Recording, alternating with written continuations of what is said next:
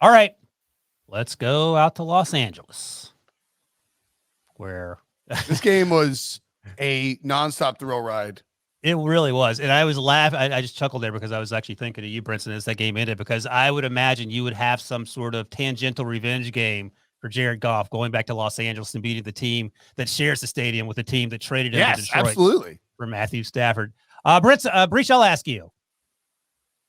The Lions were rolling in this game. It was 17-3 early in the second quarter. And then I would imagine you had the same thought that I did. Okay, this game's going to end 50-3.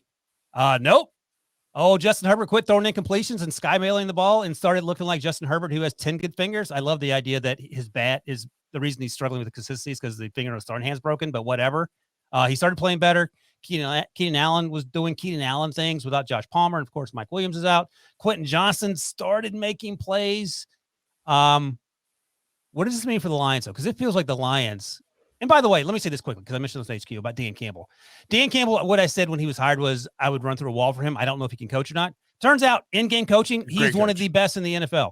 Yep. Like one of the best. And I loved the decision to go for it on 4th and 2 at the end of the game instead of pulling a Tomlin and running the football and losing 5 yards and then kicking a 50-yard field goal and giving a minute and a half to the other team with Justin Herbert.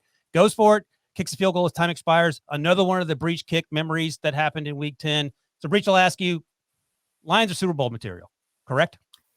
What? I picked him. For our go to Brinson. I think because he's going to answer yes. All right. Yeah, I picked the Lions. I picked Lions over. Bad. Go ahead. No, that's fine. It's all right. I picked Lions over Jaguars actually, and I wrote about this for on CBSSports.com, sort of like doing the headline stuff and the recap, sort of Sunday Pilot or whatever. And I thought that not just going for it on 4th and 2 there, Wilson. It wasn't like just the going for it. It was how there was zero hesitation whatsoever. Like everyone on the field, Jared Goff knew they were going to go. Dan Campbell knew they were going to go. Didn't blink, didn't think, didn't blink. We're like, we're going. And Jim Nantz or Tony Romo. I'm sorry. That's don't think. Don't think. Don't blink. Don't think. Don't blink. Just go, that. baby. Jim Nantz and Tony Romo, and I think Tony said it, but I'm not 100. I can't recall exactly, but they were discussing it. They're like, this sort of reminds me of and Pete Briscoe claims he nicknamed it 4th and Jackass when Bill Belichick went for 4th and 2 against Peyton Manning like 12 years ago when he was with the Colts and the Colts Patriots game. But the premise there was that Belichick went for it because his defense couldn't stop Peyton Manning, and he didn't believe that his defense could slow Peyton Manning down if he gave him the ball back. I think Dan Campbell, one, you're going to give a shorter field goal for Riley Patterson. 2, you are going to control the clock completely. And then 3, you may not believe that your defense can stop the Chargers, because the Chargers were moving the ball like crazy there after Herbert started cooking. And so I like it was like they scored a touchdown on 5 straight possessions. The Chargers. By the way, 8 fourth down attempts in this game. 7 of them converted. Chargers go 3 for 3. Lions go 4 or 5. The only one that wasn't converted was that 4th and 1 at the goal line when Goff got pressured and didn't complete the pass. But I loved it. It was like it's 4th and 2. You have all these weapons. Goff is playing great. It's indoors. It's like you don't have to worry about the weather or anything like that. And then Sam Laporta just cozies up in this little spot in the zone underneath, and you just hit him, and you convert it. And even they did it like they immediately then took 3 knees and then kicked a field goal, which is like kind of crazy. I probably would have run it and tried to get a little bit closer. It ended up being a 41-yard field goal. You put a lot of pressure on Riley Patterson, but he delivered.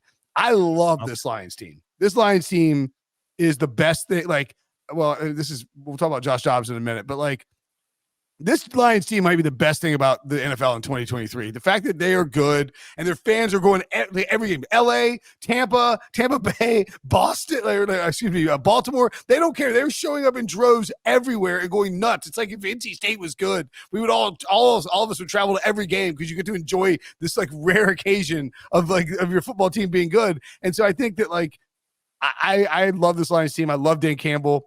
I love Jared Goff, which is not a thing I thought I would say. I love the whole vibe about it. I hope they win the damn Super Bowl, and I think they can.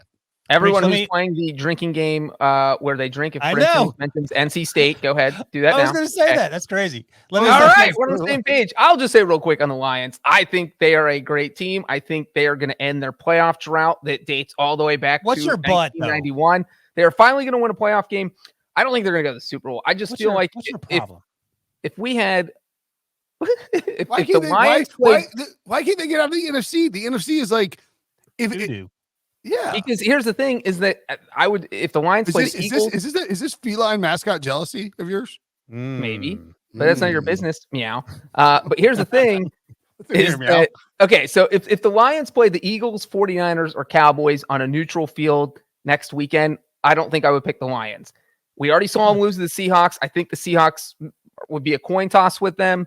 So that's 4 teams that they have to figure out how to beat, and that's almost a full NFC playoff field. So I like, they are very good, and I love the way Dan Campbell coaches, but I don't know top to bottom if their roster can beat a team like the Eagles or 49ers in the playoffs. So right, I couldn't. I'm not riding to Vegas. All right. Hey, Wilson, before you go there, Breach, tell me how many losses the Lions have left on their schedule.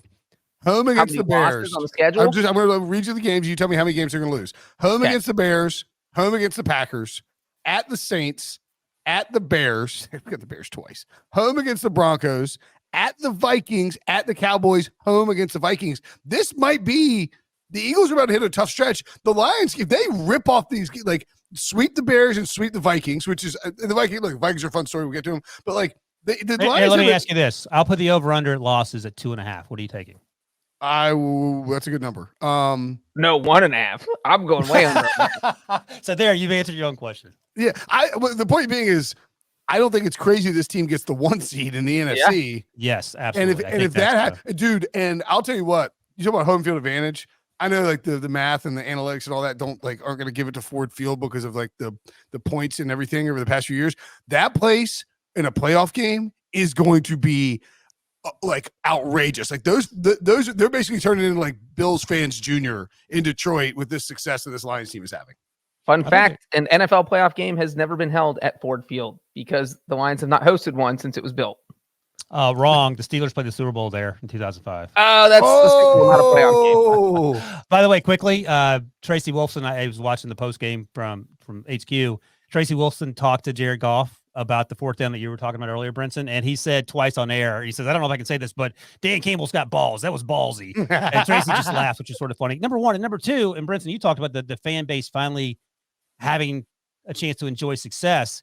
It goes to show you how quickly things can turn around if you hire the right people and get the right people in place. Like, no one on planet Earth outside of Brad Holmes and maybe even Jared Goff thought that Jared Goff was going to work out. No. It has worked out. But more importantly, they've drafted like crazy. They've hit home run after home run in the draft. They got the right guy in Dan Campbell. And it's sort of the same thing that happened. We were crapping all over the Texans the last 2.5 years. Once Cesario got there, after Bill O'Brien left, they kept firing head coaches, Lovie Smith, and the guy who before him, whose name I can never remember, the guy from the Ravens old-timer coach, the defensive guy. David Culley, just running those guys out of town. They got the right guy in DeMeco Ryans. They got their quarterback. So have faith teams who suck, except for NC State. There's no. And by the way, the Lions last year could have, like, there was charge. Yes. It was like they were like, they lost a bunch of games. Like, could they fire Dan Campbell? It's like that would be a mistake. They've been patient with this iteration of the rebuild, and it's paying off dividends. And I could not be happier for this fan base. And I want them to win the Super Bowl.